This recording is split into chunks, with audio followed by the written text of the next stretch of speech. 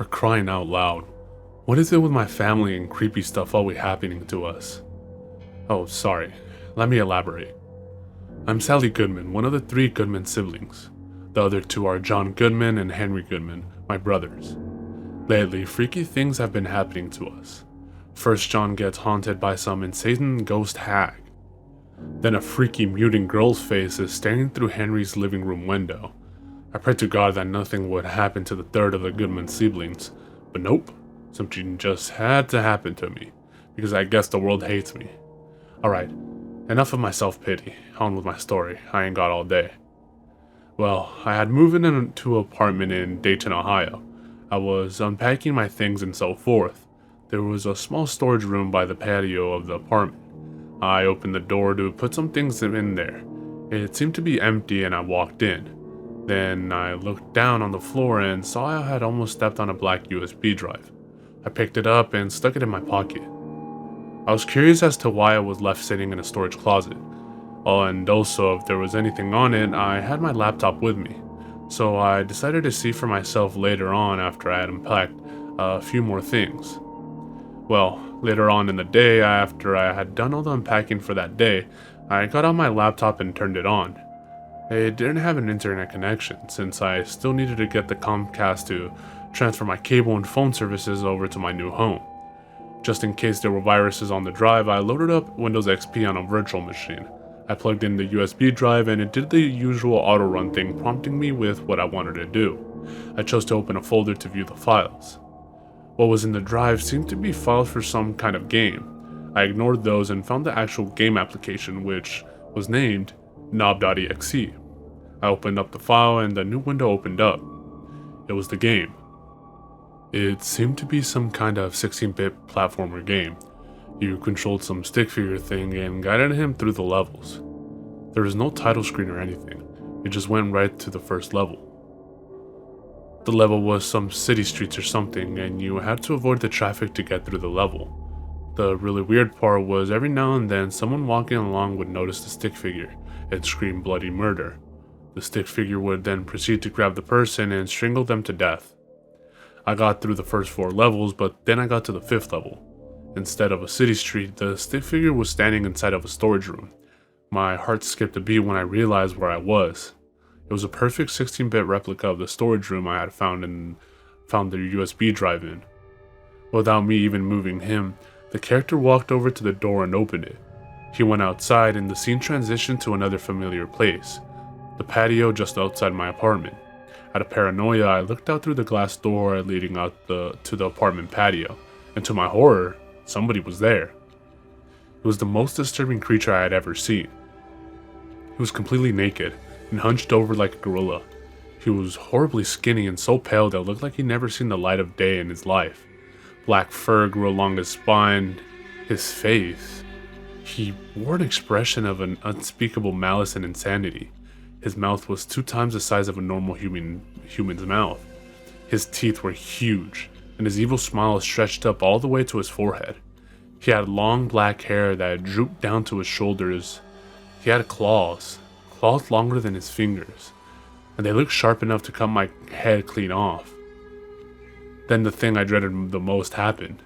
He looked at me with his cold, wicked eyes. And that horrible smile. I glanced back at my laptop screen for a second. The stick figure on the game was looking into the glass window door just as this terrible creature was doing. I looked back. The creature was beckoning me over to him with his bony clawed index finger. The character on the game was also beckoning. I didn't want to go with this beast. Well, I couldn't, but I had lost control of my body. I got up and walked straight into the clutches of that monster. I tried to turn away, but my body fought back. I opened the glass window door and stepped out onto the patio. Being close up to this thing was even worse than seeing him from inside my apartment. He held up a map for me to see and pointed out some directions with his wicked sharp claw. Then he held up that claw to my throat. He sliced. I woke up with a start, sweating and breathing heavily, heart pounding against my ribs like a hammer. It was just a dream. After a while of just sitting there, I calmed down.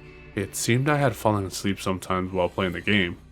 I guess that made sense. I hadn't been having trouble sleeping the past few nights and was probably tired. I looked at the laptop screen. There was a message saying the game had encountered a problem and needed closed, blah blah blah. I became curious about the directions the creature in my dream had given me. They were real directions to a real place, some pond around that area. I decided just for the heck of it, I'd go there tomorrow. I didn't expect to find anything since it was only a dream, but still. The next day after breakfast, I got in my car and followed the directions to the pond. I got there and got out of the car. I skipped some rocks and such for a few minutes, not having much of a reason to stay. I started to walk back to the car. But then I noticed something on the ground out of the corner of my eye. I stopped and went over to examine it. It was a wooden trapdoor of some kind. I remembered the nightmare I had and became paranoid. And then I realized how silly I was being. It was just a dream. Nothing bad could really be here, right? There was a handle on the trapdoor that I could lift to open it. Cautiously, I grabbed the handle and pulled up to reveal the darkness below. I needed a flashlight. I thought I had one in the back of my car. I went to go check, and sure enough, I found one. I turned it on and climbed down into the darkness below.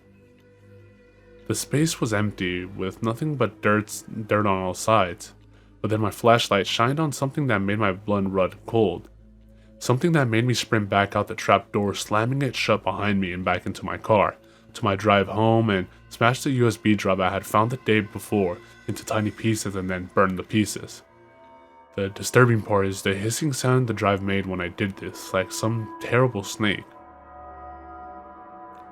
It was a figure, hunched over like a gorilla, horribly skinny and pale, fur on spine, drooping black hair, insane deformed face. It was the creature from my nightmare, and he was looking right into my eyes.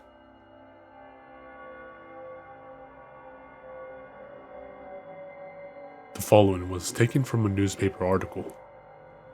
Several sightings of a horribly mutilated humanoid figure wandering the streets of Ohio cities have been reported. The supposed witnesses describe it as being a pale figure, hunched over like a gorilla, having black fur along its spine, vicious claws, long black hair, a terribly large mouth, and an expression of pure malice and insanity. Some witnesses report seeing it strangle people to death, seemingly at random. It would be easy to dismiss these claims as some sick joke if it weren't for the sudden and mysterious deaths of several people. Every person who had died has been identified as being strangled to death.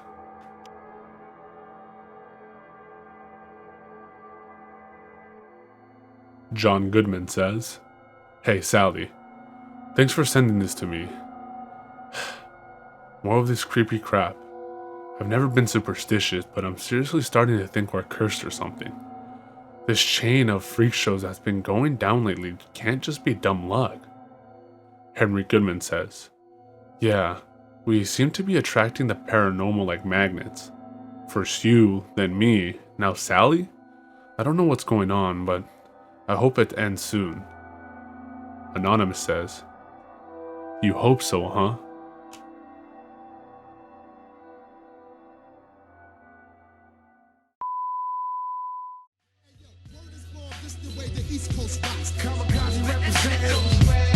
Hey yo, mention I made, it shines like a gold chain. KL kamikaze legacies in this rap game for sure. Playing bombs in your local record stores with big Northern poppers. Niggas can't stop us. Revoke the version.